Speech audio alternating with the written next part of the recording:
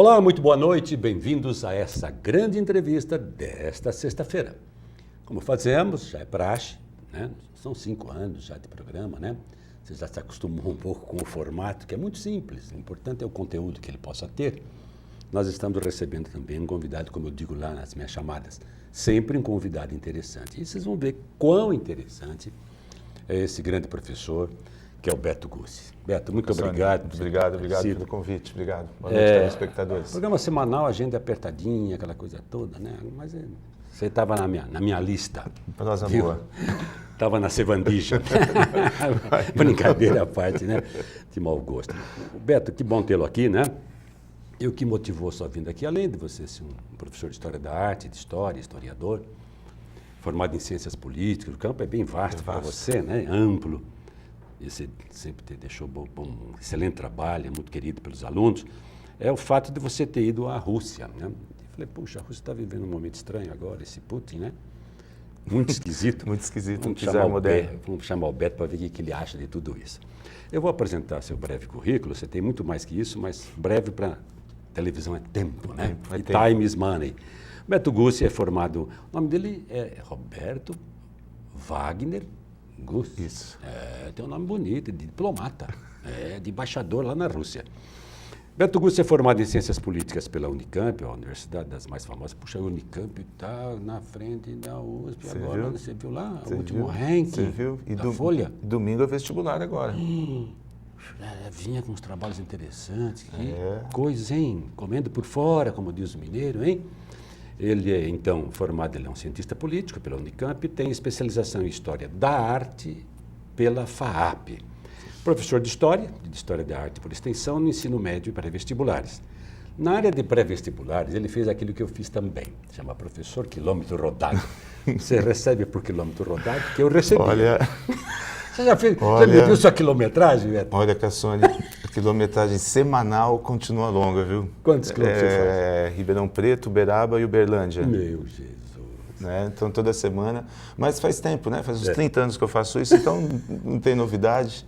Né? Vamos trabalhar, vamos continuar aí. Domingo a gente trabalha também, porque tem o vestibular da Unicamp. Tem pleno vestibular. Próximo domingo é FUVEST, amanhã tem aula e vamos lá. Foi FUNESP? Já foi FUNESP na quarta. Feriado, isso. Né? O Beto, olha só onde o Beto já trabalhou, né? Quantitativa e qualitativamente. Trabalhou na rede Objetivo, no Objetivo de Ribeirão, Campinas, Franca. Aí ele falou, deixa lá para Minas Gerais, ver como é que estão as coisas lá. Alfenas, voltou para Mococa, São José do Rio Pardo. São escolas pequenas, mas que dão um grande prazer para a gente. E Poços de Caldas, né? 10 anos de Poços de Caldas. Eu fiz essa experiência também com cidades pequenas, é muito gostoso, trata o professor de uma forma diferente. Exatamente. Você chega assim como um convidado do Oscar, né? Quase tapete vermelho. Todo valorizado, rapaz. E a turma que está lá falando, vem um cara de fora aí, né? Puxa o aplauso de vocês, mas a gente não se acostumou a essas coisas. Ele deu aula no Colégio Albert Einstein de Ribeirão, no COC de Ribeirão, agora COC Ribeirão, Morumbi, Paraíso, Franca e no Integral de Campinas, que é um curso que eu lembro que eu também dei umas aulinhas lá, começou muito bem. Isso, exatamente. Bonitinho, ali perto do centro. Isso, chegou a ter 4 unidades lá em Campinas. Olha como cresceu. Chegou a ter 4 unidades. Então vou pedir para fazer uma estátua para mim lá. Eu fui um dos pioneiros aí para lá. Atualmente ele é professor do Colégio Gabarito, em Ribeirão, Uberaba e Franca. Uberlândia não? Uberlândia. Então, as 3 unidades que ele tem, mais Franca. Franca não. Franca não é. Franca não é. É outra escola. Não, Franca eu não trabalho no momento. É Uberaba, Uberlândia e Ribeirão. Então eu fiz confusão. Muito bom. Você esteve na Rússia em 2005. Isso. Fala um pouco dessa experiência. Parece que você foi lá para ter aula ao vivo, foi com professores de pós-graduação. Em 2005 eu fui Conta bem um pouco. Eu fui um privilegiado, né? Eu fiz o que eu gostaria de fazer com os meus alunos. Eu tive aula dentro dos museus, dentro dos palácios, com os meus professores da FAAP. Salve a Hermitage! Salve o Hermitage, bendito Hermitage. Então, assim, é uma experiência única, né? Você ter aula dentro do espaço onde a história aconteceu. Perfeito. Né? Você ter uma aula em frente ao túmulo do Lenin, ou no lugar onde o Lenin morreu.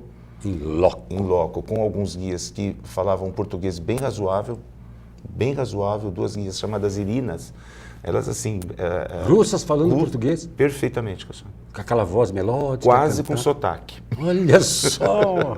Tem muito Quase. português lá, português. Tem muito português. De Portugal, falando lá. Tem muito português de Portugal. Eu vi isso aí. E assim, isso assim, não é só o visitar, né? Você visita, mas você visita com um interesse histórico, com um interesse artístico, e você sai de lá com um conhecimento adquirido, porque tem um professor do seu lado. Né? Então foi uma experiência única. Quem sabe onde eu faço com os meus alunos, né? Muito bom isso aí, né? Não é? Muito bom, enriquecedor. Sair daquele plano teórico, exatamente. Né? E ilustrar Exatamente. a área de história, documento, né? Geografia, né? Aspecto físico, muito legal. Mas dessa experiência que você viveu, você trouxe assim, algo que impactou muito, claro, ir para um outro país, outra língua. Bom. O que mais você estranhou ao chegar lá? Além dos russos. Uma coisa assim que é bem diferente, né, quando a gente sai do Brasil e vai para o exterior, é o contato com uma outra língua. Lá, além do contato com uma outra língua, é um contato com outro idioma. Sim. É um outro alfabeto. Completamente diferente. Né? Um alfabeto totalmente distinto. Vai falando aí, Lula, dá um cortezinho para você ver. Olha como é fácil de ler isso aqui. É fácil, é fácil. Olha, tranquilo. Então assim, não é bater o olho numa placa e identificar algumas letras. Stalin, bicho louco, maldito. Olha. Esses pôsteres fazem parte da propaganda no período bolchevique. Vou mostrar outra vez. Né? Então, isso só para ter ideia de que é o alfabeto. Bem marcante isso daí. Então, esse contato com outro alfabeto foi muito forte. Porque você vai para um outro país, como a França, a Alemanha, você identifica 3, 4 letras iguais, você sabe no outro dia qual metrô você desce. Perfeito. Com aquele cirílico, você não consegue, eu pelo menos não conseguia. Né? Aprendi algumas palavras básicas. Essa foi uma. Aprendi obrigado, por favor. Como é que é obrigado? Tem o spasiba e dobrojuta. Bonito. E aprendi a falar cerveja e água, que sem igual ninguém vive, né? Sim. E assim... Tomou muita vodka também, meu senhor? Eu não gosto muito de destilado. Não é destilado. E eles bebem até não poder mais. Muito forte. Que é um dos problemas sérios hoje. E nas guerras, inclusive, né? Bebiam muito. Bebiam demais. O alcoolismo lá é uma coisa dramática. Demais. E assim, em restaurantes, a partir do momento que você descobre um prato que você consegue no outro dia identificar e o prato foi agradável, você repete o prato. É aquilo lá. Exatamente. O que você achou de comida lá? As comidas? Como é que é a comida? A gastronomia deles. Em 2005, né, principalmente em São Petersburgo, que é uma cidade... os brasileiros que forem para a Copa vão perceber isso, assim, muito ocidentalizada. Né? Você lindíssima. Tem toda a sorte de fast foods que você encontra em Londres. Mas ir para lá só para ir comer um fast food também, né? Tem sentido, né? Então, é gostoso ir no supermercado. A gente não pode esquecer que lá tem uma comida extremamente cara para nós brasileiros, mas lá você encontra no supermercado, que é o caviar. Opa. Então, dá para você ir no supermercado, né, fazer como é chique ser professor? Foi na Rússia comer caviar. De beluga. Opa! De beluga. E assim, um estrogonofe, né? Que a gente pensa aqui que a gente come um estrogonofe. O estrogonofe russo é bem diferente, viu? Né? Bem diferente, para melhor. Então, eu comi, acho que metade dos dias que eu estive lá, eu comi estrogonofe. Porque foi o que eu aprendi no cartão. Não, a gente teve algumas experiências em restaurantes com carnes, com algumas aves. Algo exótico assim que você nunca pensou que encontraria lá à mesa? Então, eu fujo um pouco dessas coas, Mas eles devem ter. Tinha, mas assim, todos os lugares que eu já fui, eu tento evitar isso. Eu também. Porque às vezes você perde 2, 3 dias de viagem lá, né? Não vem que não tem. Né? Não é? Mas assim, o que a gente acaba conhecendo, o que eu acabei conhecendo, foi uma pequena parte da Rússia, né? A gente acaba conhecendo 4 ou 5 cidades, por mais que tenham sido 15 dias, mas tem todo um lado oriental. Você chega em Ekaterimburgo, você chega em Vladivostok, são 11 fusos. Beto, você pensou quando era URSS, não das Repúblicas Socialistas Soviéticas, ele desmembrou tudo, né? Um crime. Eram 15 repúblicas. Um crime que fizeram com aquilo. Eram 15 repúblicas. E na dinastia Romanov... 15 repúblicas formavam um país. Havia 15 países dentro de um só país. E tudo isso anexado pelos russos, né? A Rússia como pátria-mãe, como carro-chefe desse processo. Que coisa. Com os Romanov, de 600... Vamos já falar dele, porque você sugeriu falar. Pode, entra firme. Então, porque assim... A Rússia do Romanov é um período compreendido entre o século XVI, diz você, até a Revolução de Outubro. Até a Revolução são 3 séculos. E nesses 3 séculos, acredita-se que a Rússia tenha crescido quase 140 quilômetros por ano. pelas conquistas militares dos Romanov. Né? Então, são dois momentos bem marcantes. O momento em que Ivan o Terrível... Famoso. Tem todos famosos. Nicolau, ele se casa com Anastácia Romanov. Olha. E é de um herdeiro de Ivan o Terrível que começa a dinastia Romanov. Até esse momento, o que o Ivan o Terrível tinha conseguido era centralizar uma administração ao redor de Moscou. Ainda não havia o regime dos czares, onde a gente tem um casamento do poder político com o poder religioso. Isso está ligado ao czarismo. Então, a igreja ortodoxa e o czarismo, eles têm a mesma raiz. Tá certo, sustenta o outro. Fortalecendo o outro. Né? Um sustenta o outro. Aí, hein, os czares são chamados de paizinhos. Paizinhos. Então, de 613 até 1917, nenhuma outra dinastia no mundo... Quando houve a Revolução Russa. Quando houve a Revolução, nenhuma dinastia foi tão longeva, nem os Habsburgos da Áustria, nem os Bourbons da França. Né? Como é que eles se mantinham? Na base daquilo que a gente já sabe, né? Na exploração do povo, acumulando riqueza, porque tem de ouro naquele czar se manter no trono era uma aventura de vida, né? Porque dos 12 czares homens, tivemos algumas czarinas, 6 foram executados. Aí, né? Então, a partir do momento que ele é escolhido como era profissão de risco. Era uma profissão de risco. E a noiva do czar também. Opa, por quê? Porque para se escolher a noiva do czar, a futura czarina, havia um desfile entre as pretendentes escolhidas das mais diversas partes do império. A partir do momento que ela está escolhida, até o dia do casamento, ela corre risco de vida, porque outras famílias podem envenená-la. Então, a vida dos Romanov é uma vida, é uma saga, né? Com assassinatos, com traições. Mostra esse livraço aí que você disse, você precisa ler isso aí. Dá uma olhada aqui. Esse aqui é um das últimas obras do Simon, e é o que a gente tem, assim, talvez de mais atual e recente sobre os Romanov. E é bem sobre os Romanov, né?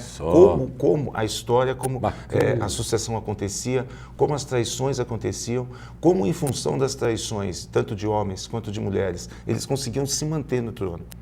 Catarina Grande é um exemplo, nem russa ela era. Agora, Gussi, consta que a Rússia sempre foi muito fechada, não abria nada, censura muito limitada, forte, aliás, liberdade de expressão terrível, né?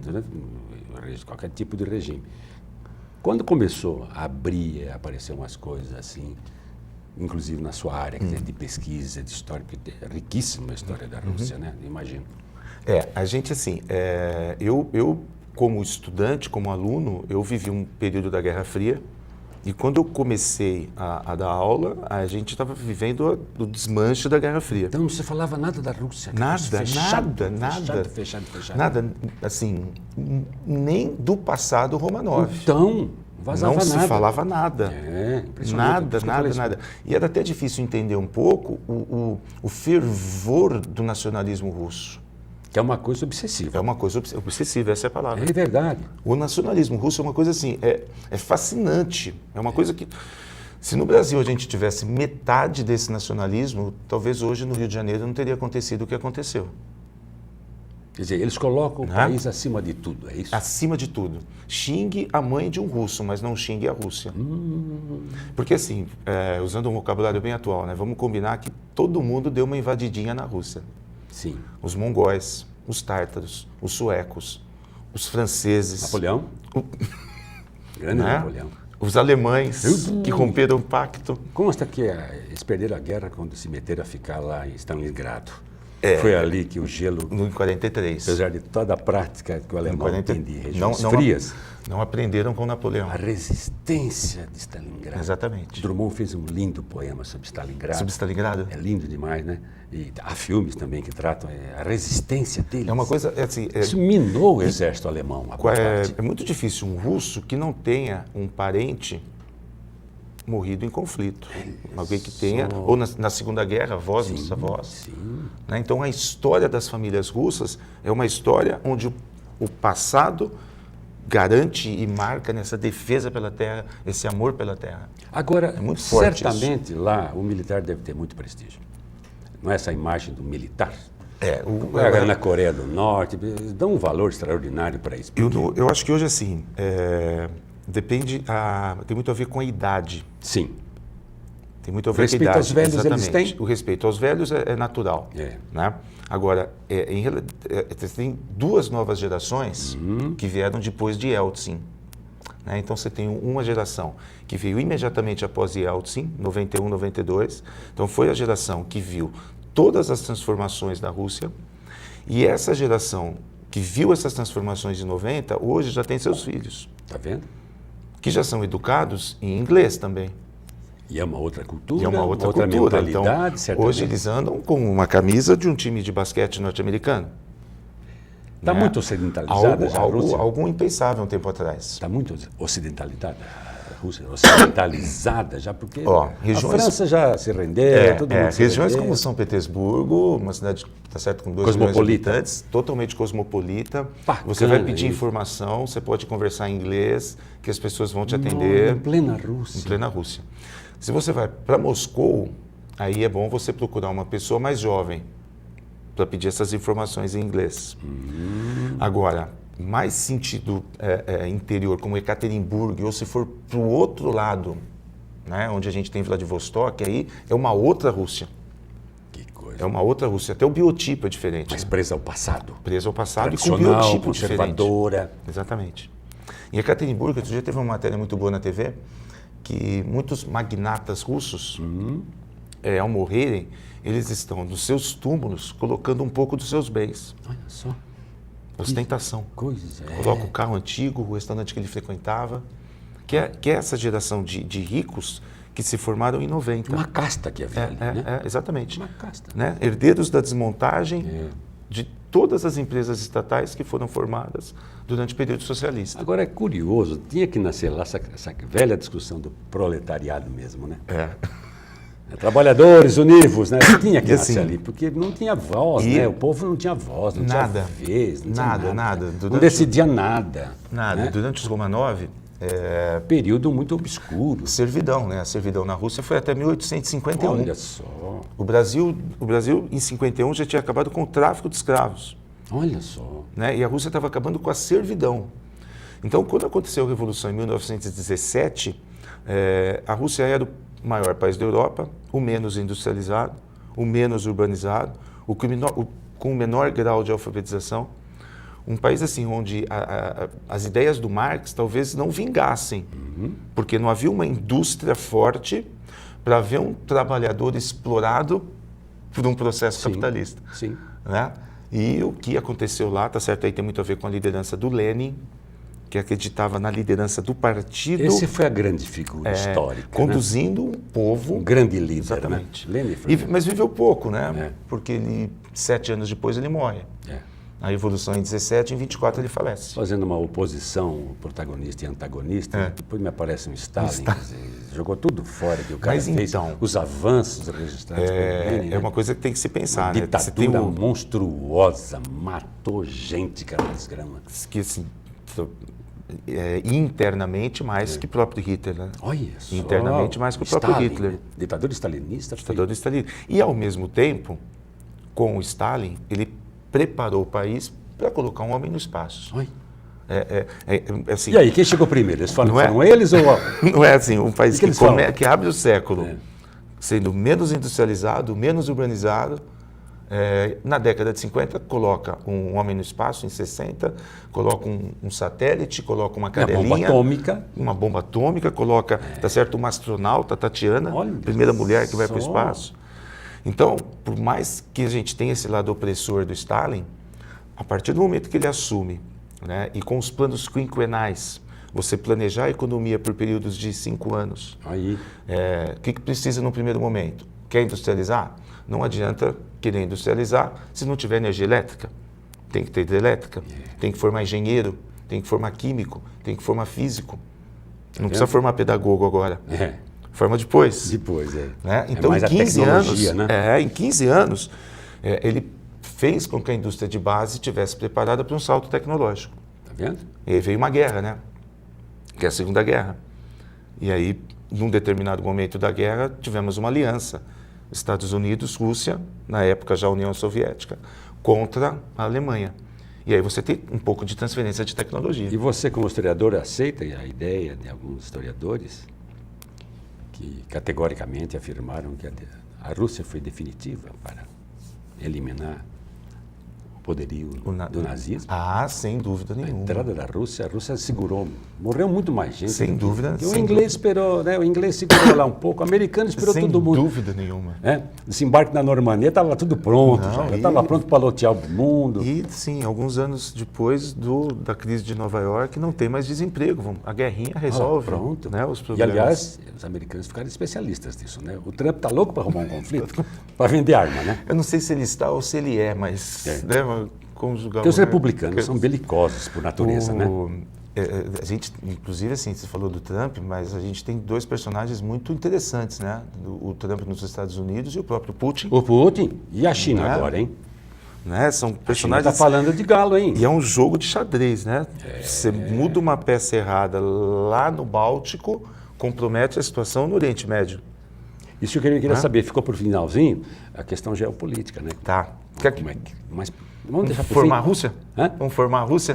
Vamos formar a Rússia. Um personagem muito importante na história da Rússia, além do próprio Ivan Terrível, é o Pedro o Grande, né? 2 metros de altura. Faz jus ao nome. E o Ivan Terrível certamente também. Ivan Terrível. Quer dizer, lá os cognomes ou os apelidos fazem Eles faziam lançamento de anões. Quem? Os Romanov. Era uma diversão, lançar anões.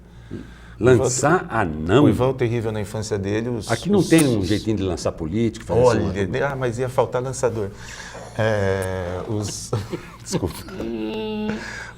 Na diversão do Ivan Terrível, os regentes levavam o Ivan Terrível para ver mortos, gatos, cachorros serem jogados nas muralhas do Kremlin.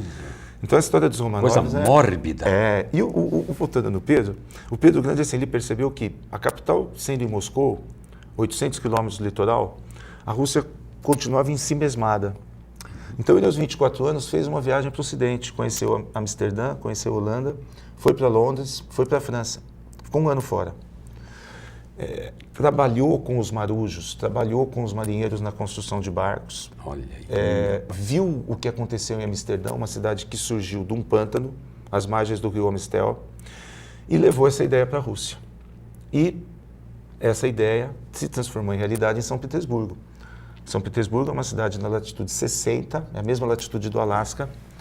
3 meses do ano a temperatura é menos 35, menos 40, e ele ergueu uma cidade lá. E culturalmente, / esteticamente, / artisticamente, é a Florença deles lá. É onde floresceu o barroco russo. Foi impressionante. É onde floresceu o barroco russo. Mais de filme, fotografia. Minha filha esteve lá, ficou encantada. E os palácios ao redor.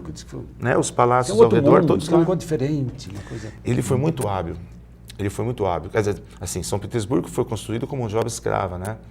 A cada 10 que chegavam num ano, no final do ano só um estava vivo, menos 35. Que é isso? São as estações de metrô mais profundas do mundo.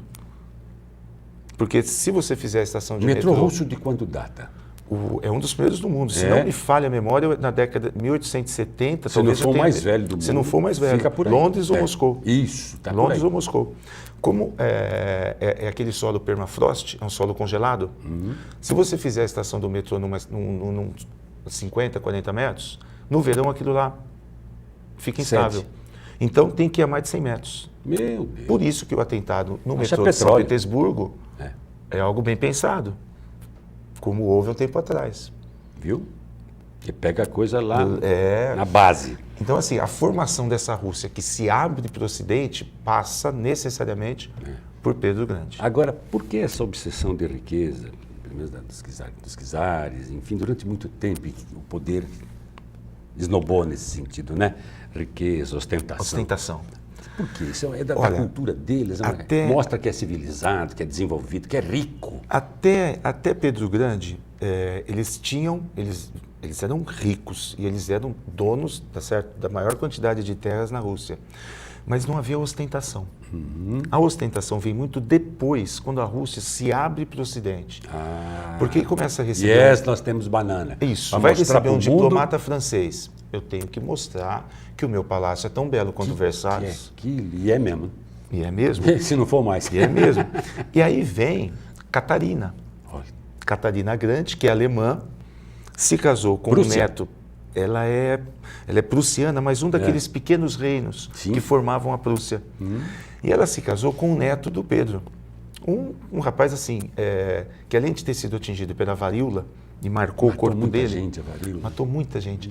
Marcou o corpo dele. A Catarina, eles não se deram bem. Em 6 meses, a Catarina já tinha um amante, ele já tinha outra, e é armado um golpe contra ele. E ele é tirado do trono, a Catarina assume, e a Catarina, tá certo? Ela vai mudar assim, o olhar do czarismo. Né? Ela vai trazer o iluminismo. Ela lia D'Alembert, ela lia Diderot. Voltaire. Você falou da varíola? Ela trouxe da Inglaterra o médico que estava desenvolvendo a primeira vacina da varíola. Olha a importância dela. Não só trouxe, como ela serviu de cobaia. Ela foi inoculada.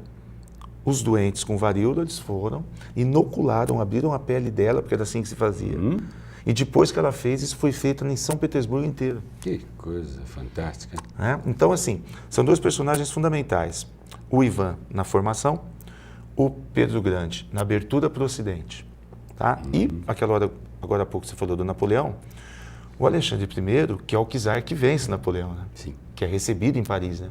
Que é quando a Rússia passa a ser uma player militarmente, tá certo? Para os ocidentais. Porque até então a Rússia tinha guerras com a Turquia, guerras contra os mongóis, guerras contra os suecos. Coisa mais regional, né? Isso, exatamente. Defesa de Estendeu fronteira. a coisa. Estendeu o processo. Nós temos fogo para o resto do mundo. E temos palácios. Palácios, Venham nos visitar. que- Temos a Versalhes russa, É, que é o palácio do Pedro Grande. que coisa, hein? São mais de 100 fontes. Espetacular. Maravilhoso. Beto, eu ficaria aqui um programa só. Eu falei para você, o termo que a No gente. passado. Que é apaixonante, isso que você está falando aí, um show que você está dando aí sobre toda essa coisa dos czares, desse período dos Romanov, né?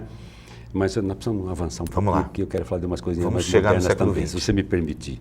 Não podemos esquecer a famosa Guerra Fria, quando 2 grandes potências, Rússia e Estados Unidos, né, formaram posições distintas. De um lado o capitalismo, do outro lado o comunismo. E uma Guerra Fria que durou 40 anos, né? Quase 40 anos. Se tomar por base o fim do Muro de Berlim, 89. Pesou mais o quê? A questão diplomática, a questão ideológica, porque ideológica também pesou, né? Até hoje tem gente que fala que é o comunismo no Brasil. Quem que é comunista no Brasil, Beto? Para quem Me viveu. cita um cara, em Ribeirão, quem é comunista? Para quem.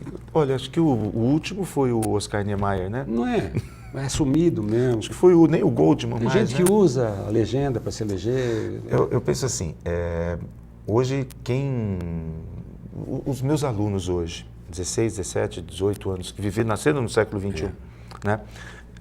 Por mais que eles estudem, leiam, ou a gente em sala de aula, eles não têm uma ideia do que aconteceu na Guerra Fria. Nossa, mesmo aqui no Brasil, foi né? terrível. Mesmo aqui pra gente. A gente usava uma camisa vermelha quando eu tinha essa idade. Comunista. Fomos estigmatizados. Camisa vermelha comunista. Você não podia ler Dostoiévski, você é comunista. Não podia ler comunista, não é? Né? E eu, assim, isso não chegou a acontecer comigo. Balé, mas- não podia gostar de balé, porque balé é uma coisa. Né?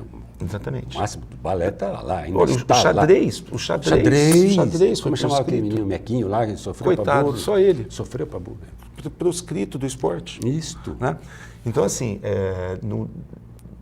você falou de ideológico, político. A Guerra Fria Diplomático. atingiu todas as áreas.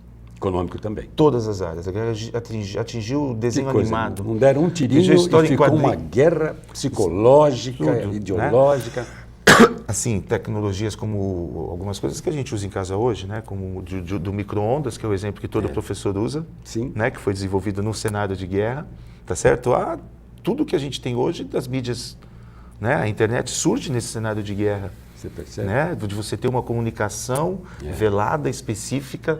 Propaganda Não foi é? uma coisa. Os Acho que nasceu a cartazinhos. publicidade aí, né? Nasceu aí, não nasceu nem não, por aí. Aí, eu acho que... Um pouco antes mas aí nazismo lá. Isso. Aí a gente Goebbels. não pode esquecer, Goebbels. tá certo, do Mussolini e do Hitler. Pensando nessa propaganda... Fascismo foi terrível. Fascismo. Nessa propaganda com o objetivo de convencer, né, o Mussolini tinha o M do triunfo, né, uma marquise de concreto para as crianças ficarem em cima. Muito legal. Então, esse cenário de Guerra Fria, eu acho que hoje na Rússia, eu não sei se você...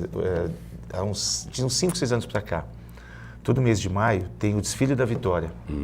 Mês de maio é o mês em que se comemora o fim da guerra Aquele na show Europa. de militarismo. Mas hoje a população civil participa. Participa, né? Você falou no nacionalismo 1,5 dele. milhão, quase 2 milhões de pessoas Que isso? desfilam com... Parada mesmo. Não, e com a foto do ente querido que ela perdeu na guerra. Do tio, do bisavô, do avô. Que curioso isso. E assim, algumas com uniformes que lembram a foice e o martelo, outras, tá certo, com roupas à paisana e outras com camisetas de Rolling Stones. Você cultua a memória mais do que ninguém. Exatamente. Que impressionante isso. Né? Não, e o desfile não acaba. 1,5 milhão, cara. E elas andam. Sabe onde? Na Praça Vermelha. Na Praça Vermelha. Muito bom. Vamos falar um pouco de arte. Vamos. Arte russa, Vamos. museus, palácios, né, coisas desse tipo. Vou pedir para o Bruno ilustrar um pouquinho. Você tem aquele vídeo do Hermitage. Vamos começar por aí, porque é o máximo, né, dos museus. Que Já que é para falar de museu... Mas tem tanta coisa linda. Vamos falar um pouco da arte, né? Você fala do barroco também, Vamos. que eu acho bacana. É um pouquinho longo, mas a gente pode cortar a hora que você achar necessário. Vamos ver aí. Esse é o Hermitage, o maior museu do mundo, está em São Petersburgo, né?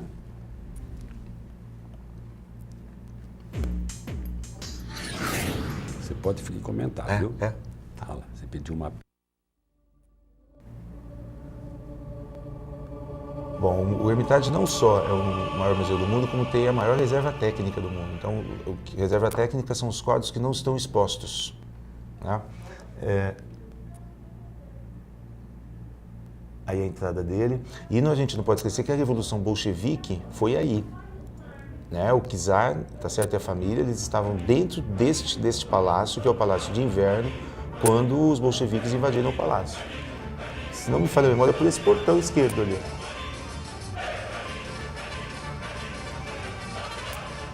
Aí é o Salão dos Embaixadores, era aí que eles recebiam os diplomatas dos outros países. Conversa aí.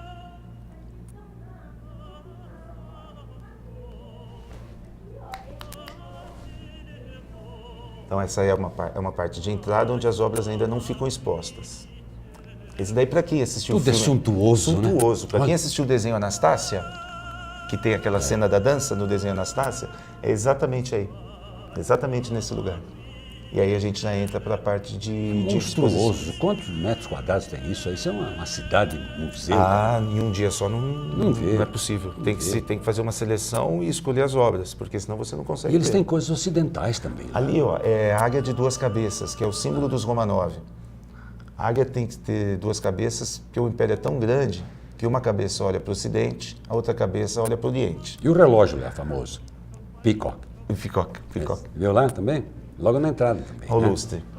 Nossa, é muito requinte. É muito... Esse lustre tem um guindaste. Tem uma manivela ao lado, que ele é a vela, né? Eram velas colocadas. Então, pela manivela, ele era descido e as velas eram acesas uma a uma. Né? Tem um rio que banha ali à frente do Hermitage. É o Rio Neva. Famoso Rio Neva. Bonito, onde jogaram Rasputin. É, bonito lugar lá. Onde jogaram o corpo. E assim, todos esses palácios têm aquecimento interno, porque sem aquecimento interno é impossível a vida na Rússia. Você pegou alguma temperatura absurda? Não, eu fui no verão. Verão quer dizer o quê? O verão em São Petersburgo eu andava de Havaiana e bermuda. Mas quente assim? Sol. Olha. Sol. Posso falar uma coisa interessante? Em São Petersburgo tem o dia branco e tem o dia cinza. Então no mês de julho, durante uma semana, não anoitece. 24 horas de insolação. Uma semana? Tem os Romanov, às vezes eles faziam festas à meia-noite. Que interessante. E a festa ia continuar com claridade. E tem o dia cinza, que aí você tem 2 horas e meia de noite. Você entra num bar às 2 da manhã, está claro. Anoitece, você sai do bar às 7, 8, já escureceu. A bêbado gosta disso. É perfeito. Mas é muito chique, é muito grande. Esse vídeo é curtinho. a vida de uma hora, 2 horas. Selecionei um curto por causa do tempo. Mas a Catarina Grande, ela contratou um arquiteto. Olha. E ele fez, tá certo, exatamente o que ela mandava. Eu quero requinte, eu quero, a palavra que você usou, eu quero ostentação. Pois é, luxo, muito luxo.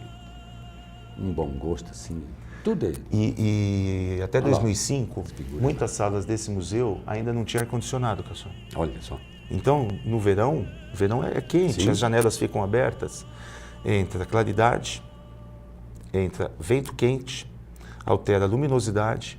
Puxa, então você já vê obras que você olha, são meio... Né? E é um museu pesado, já né? são afetadas. É um museu pesado, é um museu que tem as principais obras do Matisse, tem Picasso, então, tem Miró, tem coisa ocidental de monte. É muito rico também. Aí tudo. A parte das estátuas. Gregos, hein? Muito desse acervo foi adquirido no período Catarina. Que coisa essa mulher, hein? Muito, muito. Porque ela, assim, ela foi uma iluminista, né? Então, e ela que ela foi uma iluminista. Deu tchan na coisa. Exatamente. Que espetáculo. Catarina. Demais, hein? Tá bom, seu Bruno. Mas muito legal. Fica lá um tempão para ver. E esse é o Hermitage. Se formos para Moscou, tem o Museu Tetchakin, tem o Museu Puskás. E em São Petersburgo tem o Museu Russo, que parece assim, que é uma sala de aula da Catarina. Olha. É uma ode à Catarina. Tá vendo? Né? Porque os russos gostam dela, né? Exaltação. Mesmo ela sendo uma alemã. Ela proibiu as mulheres russas de usarem seda francesa. Seda tem que ser russa. Que mulher diferente, extraordinária. Tem que entrar para a história. Não mesmo, é? Né? Por todos os níveis, né? Muito bom. Nós estamos ali com uns 3 minutinhos depois das 9 horas. Vamos fazer o nosso primeiro e único intervalo. Na volta a gente vai falar dos problemas enfrentados pela Rússia. Isso. Hoje tem problemas sérios lá, essa Rússia moderna, né? E você fala o que você quiser a qualquer momento, viu? Tá bom. Não tem problema. Vamos falar um pouco da arte deles, a literatura também. Aí, né? Eu sou seu discípulo. Imagina, eu conheço muito pouco da literatura russa. Eu li os clássicos dele, lá são uns 2 ou 3. Para meu gosto, tem muita coisa lá. É uma literatura riquíssima. Nossa, eles são muito... Aliás, e eles valorizam, né? E autores que se engajavam na política. Geniais, geniais. Nós vamos ver daqui a pouquinho tudo isso aí, né? Tem um poeta lá que é considerado poeta da Revolução, Mayakovsky, né? Eu fui na casa dele. A casa dele hoje é um lugar aberto à visitação. Então virou um espaço, né, onde você, assim, de uma forma bem pedagógica, você visita a obra de Mayakovsky. Que coisa de louco. Bem interessante. É tido como um poeta da Revolução. Em São Petersburgo. Perfeito. Intervalo, voltamos daqui a pouquinho. Você está gostando? Eu estou adorando conversar com o professor. Pensou as aulas dele? É uma conversa das mais agradáveis. Voltamos daqui a pouquinho. Se nós não convertemos vocês ao czarismo hoje, nunca mais. Tá bom? Voltamos daqui a pouco.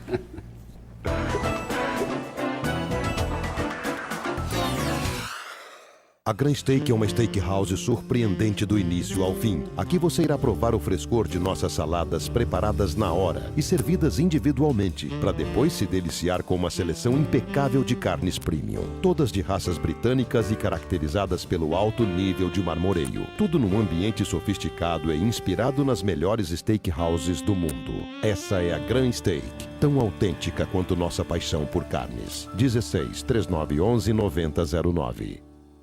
Com professores preparados e motivados, preocupados com a formação do aluno, o Colégio Castelo explora as habilidades e potenciais dos estudantes, desde o ensino infantil até o ensino médio. É a educação que valoriza a aprendizagem e a formação de crianças e jovens, questionadores e preparados para um futuro promissor.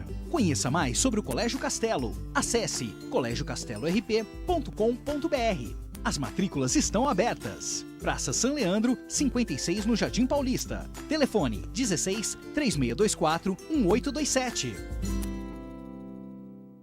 Deixe uma mensagem para nossos apresentadores. Dê sua opinião sobre a programação ou faça sua denúncia. WhatsApp da TV Mais 991785294. Mais interação, mais agilidade, mais informação. É você sempre conectado com a TV Mais. Preocupado com a segurança de seu patrimônio? A City Alarmes Segurança Eletrônica conta com exclusivo serviço de monitoramento integrado para sua residência, comércio, condomínio ou indústria. O monitoramento é feito de forma inteligente, com projetos bem dimensionados, que garantem alto nível de proteção e a segurança que o cliente espera. City Alarmes, segurança eletrônica. Você cuida do seu negócio, nós cuidamos do seu patrimônio. A Climaterium é especializada em saúde. Toda mulher, com o passar da idade, precisa de apoio científico para o equilíbrio da saúde. Potencialize sua beleza interior. Desconfortos não podem ser regras da idade. A Climaterium acredita no cuidado e na saúde que toda mulher precisa ter. A Climaterium é referência em prevenção na saúde da mulher. 3623-3335.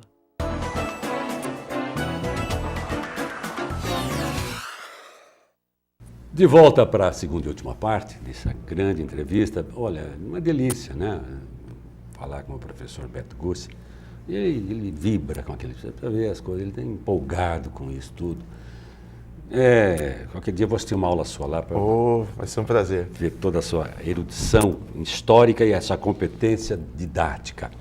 Ô Beto, ficou uma pendênciazinha desses czares, de algumas pessoas ali, historicamente falando, que nós já passamos para as coisas mais modernas. Dá uma retomada aí e vamos fechar essa parte. Certo. Então, fechando os czares, se a gente pensar de uma forma cronológica, né? A Catarina é finalzinho do século XVIII, vem Revolução Francesa, guerras napoleônicas. Quebradinho. Isso. Guerras napoleônicas. Aí, durante o século XIX, né, a gente tem mais 4 czares. Mais um deles, tá certo? É executado no final. Mas que coisa, hein? Mais um é executado. E chega o Nicolau II, que é o czar que cai com a Revolução de 17, o último czar. Né? Ele não morre na Revolução, a Revolução é em 17, a família é preservada, são levados para Ekaterimburgo e a família inteira só foi executada no ano de 18, quando a Revolução começa a se alastrar. Né? E aí não sobrou ninguém. Foi Nicolau, Alexandra, Olga, Tatiana, Maria, Anastácia e Alexei. Foi a família inteira. Sobrou ninguém. Ninguém. Me diz uma coisa, 100 anos de Revolução Russa, 1917 e 2017. A imprensa brasileira cobriu muito legal, o Estadão trouxe cadernos bacaninhas, a Folha também, todas as revistas, Veja, trouxe comentários interessantes. Fale um pouquinho dessa Revolução Russa, quer dizer. Do processo. Porque eu me lembro do tempo de escola, o pessoal que tinha uma certa simpatia pela esquerda, estudante da Universidade de São Paulo, sempre teve, né? Maria Antônia, você imagina como é que era, né? E aí dizia, porque a Rússia é uma coisa alternativa, socialismo, que não era nem socialismo, né? E a gente se entusiasmava com aquelas coisas lá. E diziam, revolução foi a russa, porque foi do proletariado, foi de baixo para cima, como a de Cuba, diziam alguns. Não foi de cima para baixo. No Brasil, o golpe militar foi uma jogada de banquete. Não foi uma revolução, né? Né? Amanhecemos com o tanque na rua, tudo fechado, né? Não foi uma manifestação popular, veio de cima para baixo, foi uma coisa engendrada, combinada, né? Especialmente lá, apesar de lá dos americanos do norte. Mas, basicamente, foi isso mesmo, foi tudo isso. Né? Foi um fato histórico importantíssimo. Tem um historiador atual, o Eric Hobsbawm, né? Ele cobriu todas as guerras. Todas. Ele deixa bem claro que ainda é muito cedo para tentar entender o fim da União Soviética. Olha só. Ele deixa isso claro no E esse é o craque, hein? Esse é o craque. Está com quase mais de 90 anos, você já eu acho assim, tem 3 revoluções bem importantes com o mesmo objetivo, que é desmontar aquele poder absoluto do rei. A Revolução Inglesa, no século XVII, a Revolução Francesa, no século XVIII, e a Revolução Russa, no século XX. As 2 primeiras desmontaram essa estrutura absolutista e transferiram o poder para a burguesia. Então, você transfere um poder que antes vem do sangue para um critério monetário. Uma classe econômica. A Revolução Russa, ela desmontou o absolutismo czarista, mas não transferiu esse poder para uma burguesia. Porque não havia na Rússia uma burguesia industrial sólida, não havia uma burguesia financeira sólida, havia grandes proprietários rurais, mas uma Rússia atrasada, arcaica, velha.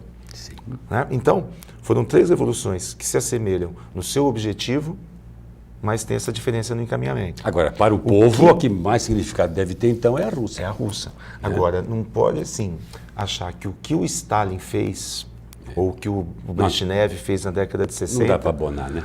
É o que o Marx escreveu no século XIX. Não, em nenhum momento o Marx disse que era para haver corrupção no governo. Atribuíram a Marx tanta besteira Não que é, ele nunca fez. o Marx nunca falou que você deveria sair E a executando. propaganda americana explora muito isso. Demais. Quer dizer, Demais. Eu me lembro que eu tinha um professor competentíssimo que dizia assim, ele leu Marx, ele falou, eu li, mas não me entendi, né? Falta muita coisa para compreender. No Brasil há 2 ou 3 que sabem ler Marx, o resto cita fonte. Exatamente. Que coisa, né? Quer dizer, Que e não morreu, o marxismo não morreu. Né? Vocês Não que morreu, estudam ciência não política, vocês que estudam filosofia. Não, é uma linha de interpretação da história. Está aí, está aí. Né? Ninguém Uma linha consegue de dizer, interpretação já da história. era. As pessoas tocam no marxismo assim com muito cuidado. Né? Porque uma coisa é você ter a teoria E marxista. não somos marxistas, nem Não, ele nem eu. Viu? Hoje, mas hoje, olha, nem Nem sei quem pode ser, acho né? que eu sou professor. Né? Mas se Então, encanta o que- com essas O coisas, marxismo é uma forma de você tentar entender a economia, é uma forma de você... Economia política. Diferente do comunismo, É. que foi utilizado de uma forma em Cuba, de uma forma na Coreia do Norte, Sim, de outra forma na União distorcida, Soviética, distorcida. totalmente distorcida. Distorcida. Ou O famoso meios de produção, hein? não é, continua que é a ser uma interrogação, É hein? uma forma de se interpretar a história, não é uma forma que você pode não Aquela concordar. clássica pergunta que se fazia, o que vale mais, o capital ou o trabalho? Não é? Ixi, Maria, ninguém está hoje. Quando vem esse mundo Os hoje, né? capitalistas dizem que o capital é muito O mais que o Marx pensaria de um Bitcoin hoje? Ai, ai, ai. Não mexe com isso, não. É. Então, vamos lá. Vamos falar um pouco do nacionalismo russo. Você já falou bastante desse nacionalismo russo. Muito bem. Os desafios enfrentados pela Rússia moderna. Eu anotei algumas coisinhas aqui. Você pode dizer, não é assim, piorou, melhorou. Pode corrigir. Emigração de jovens. Esse é um problema aqui. Jovens estão indo embora da Rússia. Entre 2008 e 2011, Beto, mais de 1.250.000 russos emigraram. Uma pesquisa recente de 2010, quer dizer, logo há pouco, né? Pesquisa assim, revela que 21% querem emigrar. Emigrar, querem sair do país. Em comparação com os 5% que queriam fazer em 91, ano do colapso da União Soviética. Olha o percentual de gente descontente com aquilo. É uma outra geração já. Outra, aquilo que você falou. É uma outra geração. Mais ocidentalizada, mais exatamente. influenciada pelo tiozão. Quer queira, quer não, né? Isso para um você tem país um é terrível. apelo, né? Você tem um apelo ocidental, à Sim, ocidentalização. Isso para um país é complicado, hein? Para quem dirige o país, hein? Então, agora, se esse público, né, porque foi uma coisa interessante, quando houve a desmontagem do mundo socialista, eles perceberam que faltavam profissionais, não havia alguém formado em economia ou administração com o espírito do empreendedorismo. Sim. Né? Então, eles precisaram mandar gente para fora do país, para essas pessoas fazerem universidades no mundo ocidental, para levar não só o conhecimento, mas esse approach do empreendedorismo. Quer dizer, hoje, mesmo Putin no poder, estando no poder, que é um cara extremamente radical, lembra muitos antigos aí? Lembra muito. Muito, né? Ditador, autoritário, tá matando gente lá, não dá liberdade de expressão. Eles abriram as portas para as influências ocidentais, né? Há um livre trânsito de ideias, certamente. Abriram influências e influenciaram o mundo ocidental, pelo que tudo indica, na eleição do Trump, né? Pelas mídias sociais, tem uma né? conversa de que a Rússia ajudou a Não eleição é? do Trump. Então, Explique abriu, isso. mas continua Explique interferindo. isso, por favor, que você está Né? quentinho ainda isso aí. Não é? Pelo que Os e-mails famosos? Pelo que tem sido divulgado, algumas pessoas... A Hillary dançou nessa. E 2 dias antes da eleição, que foi divulgado isso, e hoje se sabe que houve uma participação de pessoas, certo, da administração Putin, na divulgação constante, via Facebook, via Google, certo, de temas e Vocês estão itens ouvindo isso? Que os contratos. russos definiram, ajudaram na definição da eleição do Trump? Isso hoje é noticiado, né? Isso hoje é divulgado. Há dados concretos E sobre aquilo que a gente comentou no primeiro bloco, que é um jogo de xadrez, né? isso. Né? Assim, de 6 anos para cá, o surgimento do Estado Islâmico fez com que esse jogo de xadrez ficasse apertadíssimo, porque na região você tinha sírios, o governo sírio, apoiado pelo governo russo. Você tinha grupos rebeldes contra o governo sírio, apoiado pelo governo americano. Ai, ai, ai. E você tinha o Estado Islâmico, que todos estavam contra. Você vê? Então, se um jogo, tá certo, você move uma pedra errada, a maior base naval russa fora da Rússia é na Síria. Então, rapaz, acabaram com o país, Né? cara. Acabaram com o país. Um pecado, Como é que né? chama aquele cara de 2 metros de ignorância lá? O líder, É o Bashar. Pelo amor Bashar de Assad. Deus. Como é que não pegaram esse cara ainda? Meu Deus do céu, ele acabou com o país. E ele assim, Acabou com o país. ele todo dia deve pensar, ainda bem que eu não acabei como o Gaddafi, né? Gente, é muito triste o que ele fez com aquela Rússia, Né? com aquela Síria. A Síria era uma referência. E financiando grupos rebeldes, né? Sim, sim. E o russo botando arma lá, botando míssil lá. Outro problema que a atual Rússia enfrenta é problema demográfico, envelhecimento da população e declínio das taxas de natalidade. Tem gente envelhecendo, como no Brasil, e nascendo pouco. Então isso aí gera um desequilíbrio demográfico, né? Isso é mais forte nas cidades mais populosas, Aí que tá. onde você tem um maior grau de informação. Em São Petersburgo, esse índice, ele foge, ele destoa do resto do país. Você está vendo? Ele destoa do resto Quanto do país. mais atrasado o país, mantém mais a E o- natalidade, e o- aquela e o- coisa toda. E o inverso. Olha E o só. inverso também acontece. Problemas de Agora- saúde pública também são outro problema sério que os russos enfrentam. Altas taxas de tabagismo e consumo de álcool. Elevado número de pessoas, isso aqui eu não sabia, com HIV e AIDS. 80% dos infectados com HIV têm menos de 30 anos. Menos de 30. E altos níveis de uso de drogas intravenosas, injetáveis. Isso é um problema mundial, né? E a Rússia não vai, ainda mais com as máfias russas, né? Vamos falar uma coisa boa da Rússia? Uma coisa Existe boa? mulher mais bonita que a mulher russa? Olha, Pode falar que elas são não, lindas. eu posso falar, elas são maravilhosas, Ih, né? A gente coisa. vê pelas tenistas, né? Espetacular. Né? A gente vê pelas tenistas. As modelos. Mas sabe uma coisa, Cassone? Falar bem de cotidiano, fugir um pouco dessa parte Sim. histórica, né? Eu não sei se é uma política do governo russo. Em muitos museus, em muitos palácios, assim, é frequente a presença de senhoras de 60, 70 anos, como funcionárias. Então, no guarda-valores, é uma senhorinha que vem e te atende. Olha. No museu. Uma gentileza Cassone, louca. Assim, mas a pele é tão... Lisinha. Não, ao contrário. Enrugada. Demais. Frio. Demais, Intempérie. demais. Então, acho que essa beleza, elas aproveitam acaba tudo logo, que elas têm que acaba aproveitar. Né? Dr. Ray lá ia fazer um sucesso, hein? Deixa ele fazer sucesso lá, não. Dr. Ray, vamos lá, Dr. Ray, para a Rússia. Mas foi uma coisa bem perceptível, além da beleza, enquanto jovens. Não, é impressionante. Né?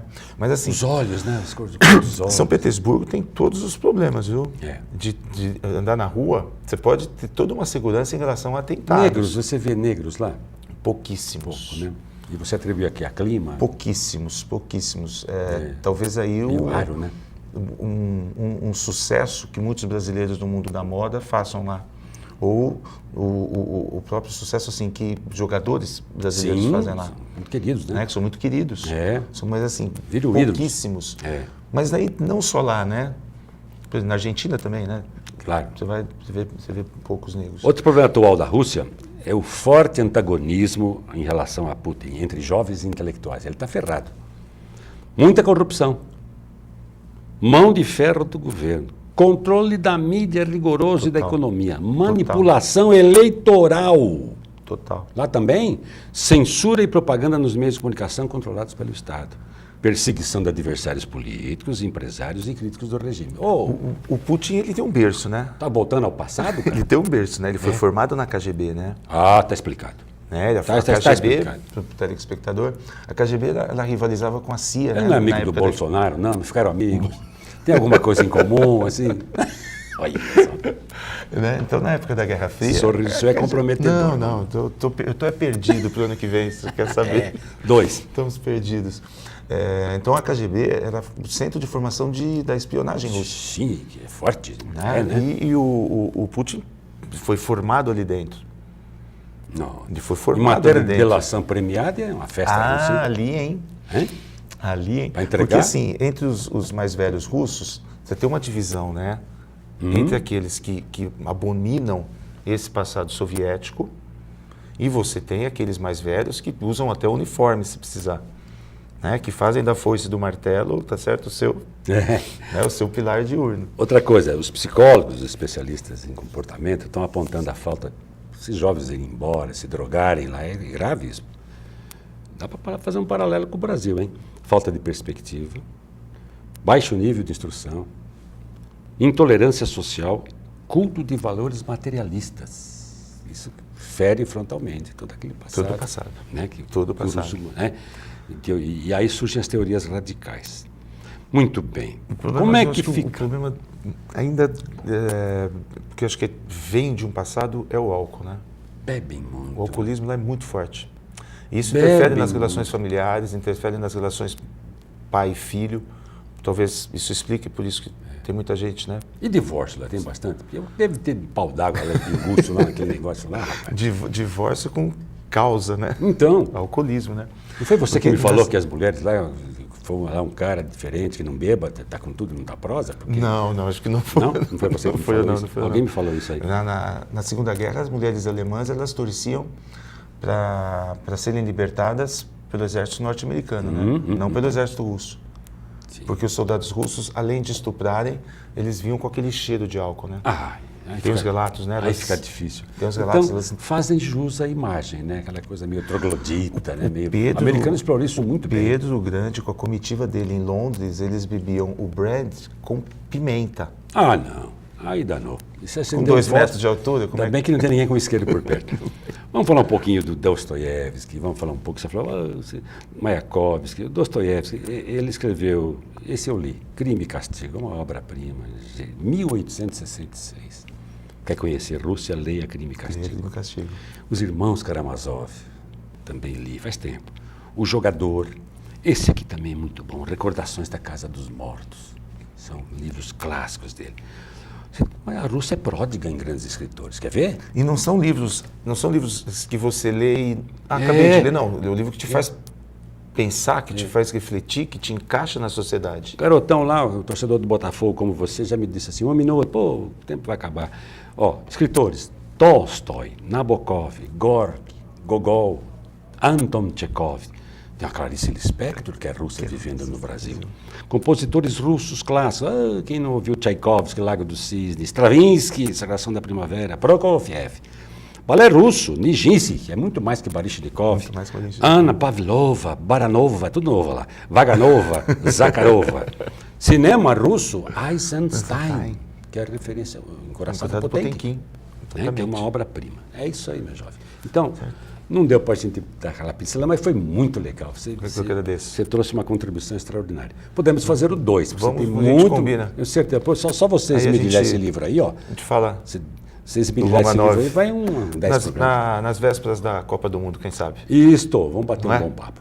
Certo? Muito obrigado. Obrigado. Luci, foi bom demais, Beto. Obrigado. Boa noite, telespectadores. Tomara que você tenha gostado também. Acho que cumprimos aqui, né, algumas coisas. Olha o Dostoiévski, até fui atrás dele aqui. Frases dele assim, soltas. O homem teme a morte porque ama a vida. O segredo da existência humana não está apenas em viver, mas também em saber para que se vive. A iniciativa deve partir dos homens de talento. Oh, Temer, esse é o ministério. A pobreza e a miséria formam o artista. Quem ama os homens, ama também sua alegria. Sofrer e chorar significa viver.